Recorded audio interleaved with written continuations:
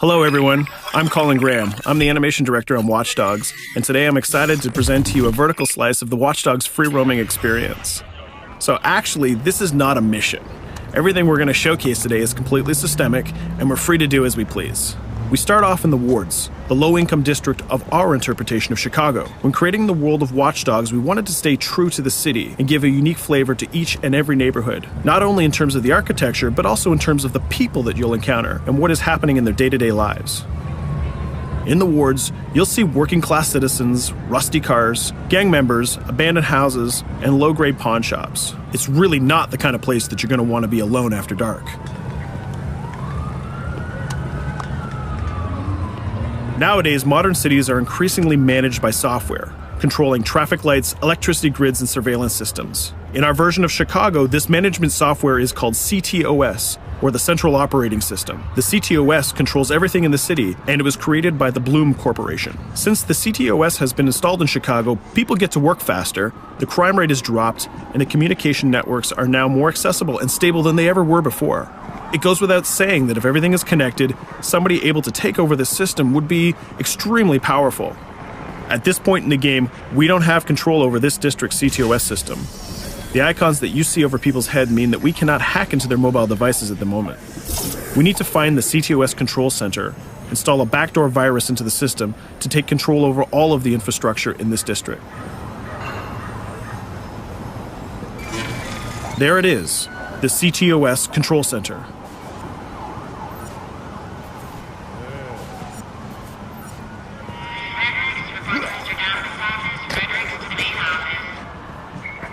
Watch it. You're walking someplace you got no business. It's heavily guarded. Let's see if we can find the server access codes from a distance. With cameras, we can explore restricted areas without being spotted, tag different guards, and access details on their lives. What the hell is she doing with that weasel motherfucker? It seems that Bloom employees all have a sort of shady past. There it is, the access code to the server room. Unfortunately, we can't access the server via the cameras. We need to sneak inside. One thing that was really important to us when we designed Watch Dogs was to fully support different player styles. Every situation in the game can be tackled the way the player sees fit. In this situation, we can go all out guns blazing, completely stealth without the guards ever seeing us, or we can hack from a distance without ever setting foot inside the restricted area. Let's hack this forklift. Aiden can use the environment to distract and lure guards. Pretty much anything you hack has multiple functions. So, for example, you could use this forklift to access the roof, or you could use it to create cover. Hacking in Watch Dogs is all about player expression. Let's set an improvised explosive device so we can hack it a little bit later.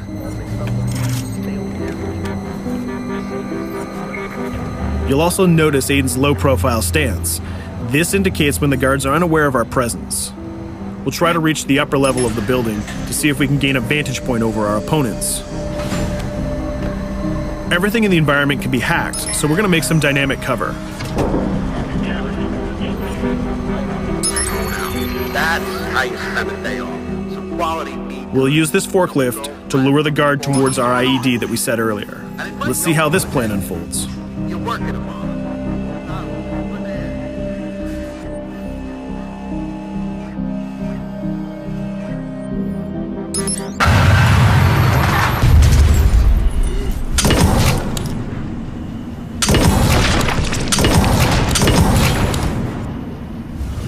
What you just saw is called focus.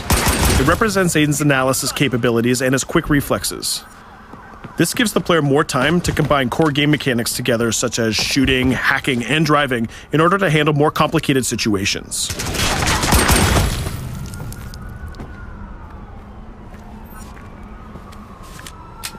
Now we can access that control room.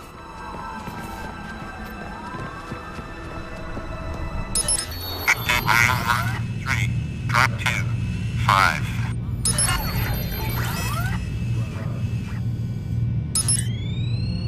Now we'll be able to hack all of the devices connected to the CTOS within the districts. Thousands of cameras, traffic lights, the electricity grid, and most importantly, all of the citizen information profiles. We can also benefit from the Chicago Police Department Crime Prediction System, which uses facial and pattern recognition to spot potential criminals or potential victims.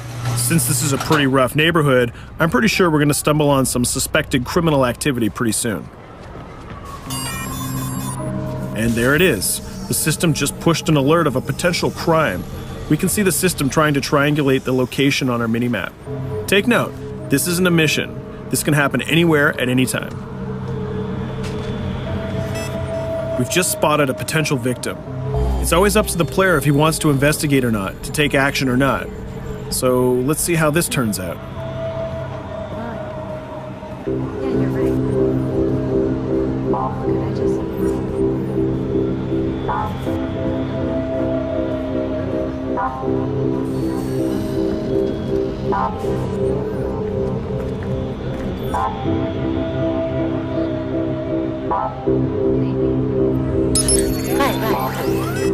You think you're leaving me? Huh?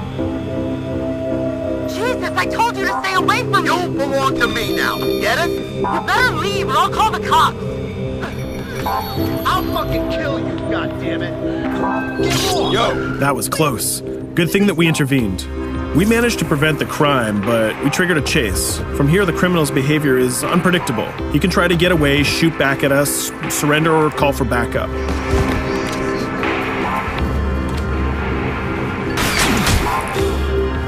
It seems like he decided to get away by car. Let's chase him down. In Watch Dogs, we have a wide variety of vehicles. Each one of them has their own unique properties and handling. Let's see how we can use the CTOS to our advantage to neutralize this criminal and leave the cops to deal with him later.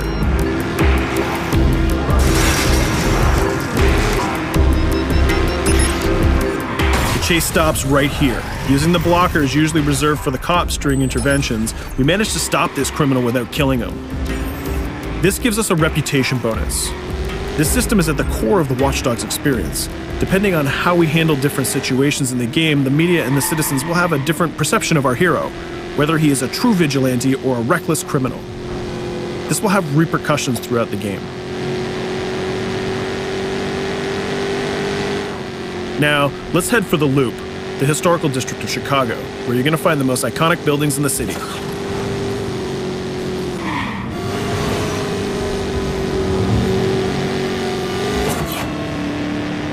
We're going to go to a gun shop to see what arsenal is available for players. The economy is a big part of Watch Dogs. Players will be able to grow their arsenal with weapons and craft their tools in order to increase their power and their hacking abilities.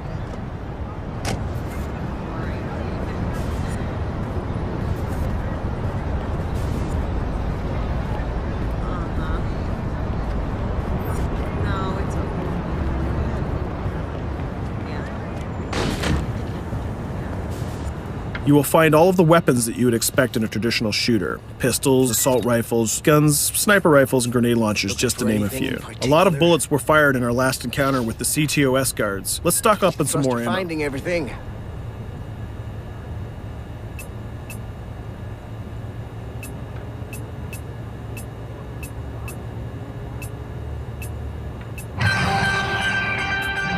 As we mentioned earlier, the media keep track of your actions and the citizens are going to react according to the perception that they have of you. Here, the media is reporting a crime in which you are the #1 suspect. The gun shop owner recognized you and decided to trigger a silent alarm to notify the police. Copy that. Possible one suspect presumed armed and dangerous. Police are now trying to locate the source of the threat using the surveillance system in the city, represented by the yellow circles on the minimap. Come in, PH3.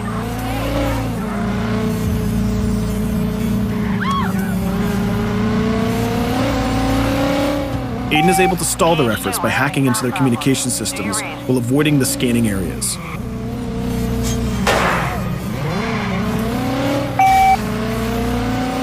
PH units, do you copy? Repeat, squad to all PH units. Once they've lost our trail, we can go back to our activities.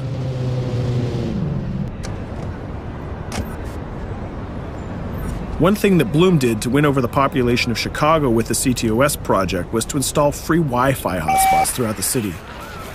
Free Wi-Fi is cool, but not very safe with someone like Aiden Pierce around.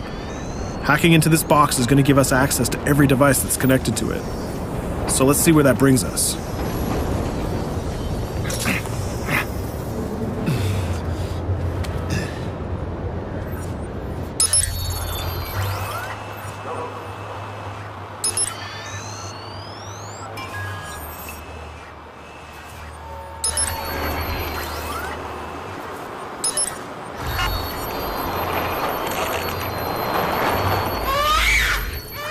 We just hacked into the webcam of a laptop. It seems that we're in the apartment of a mother and we can hear her baby crying in the background. Her bank information is in her mobile phone sitting right there on the table in front of us. It's totally up to the player whether we decide to steal it or not. Of course, this won't affect our reputation because nobody can witness this action. Just like in real life, nothing is totally black or white, but rather many shades of gray. This is exactly the situation where we want the player to question his own morality. Let's go withdraw that money. If you think that you're alone, think again. Aiden is not the only hacker in town. Someone's trying to install a backdoor virus on Aiden's phone in order to steal a portion of the information that he's gathered through the game so far. First, we're gonna have to reach the area where the signal is coming from.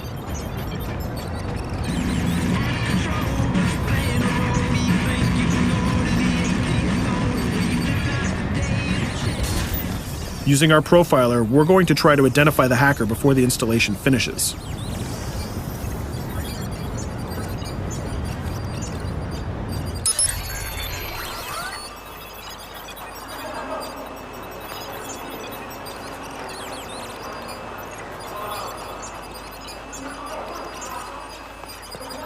There he is. In Watch Dogs, things aren't always what they seem to be. This is actually another player that seamlessly came into our single-player experience. Let's not let him get away with this. We're going to teach this guy a lesson.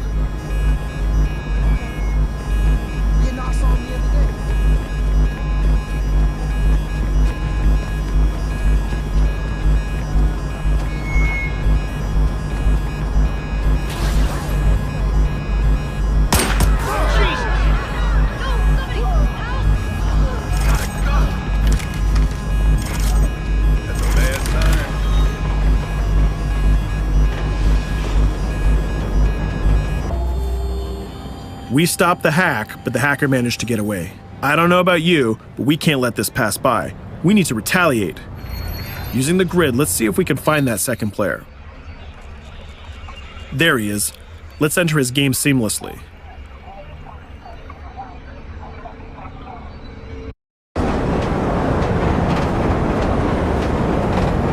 The second player is not yet aware of our presence. If we act carefully, he might think that we're one of the many NPCs in the city.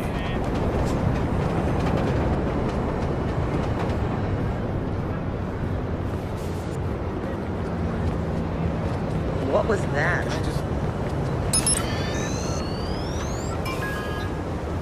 So let's find a place to hide and start hacking. What's going on?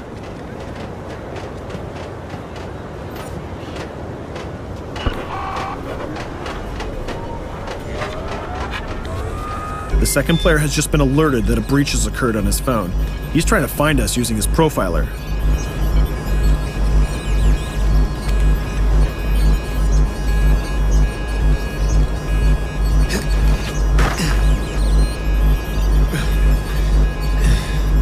He's dangerously close. Let's hide in the car. We're spotted. Let's get out of there.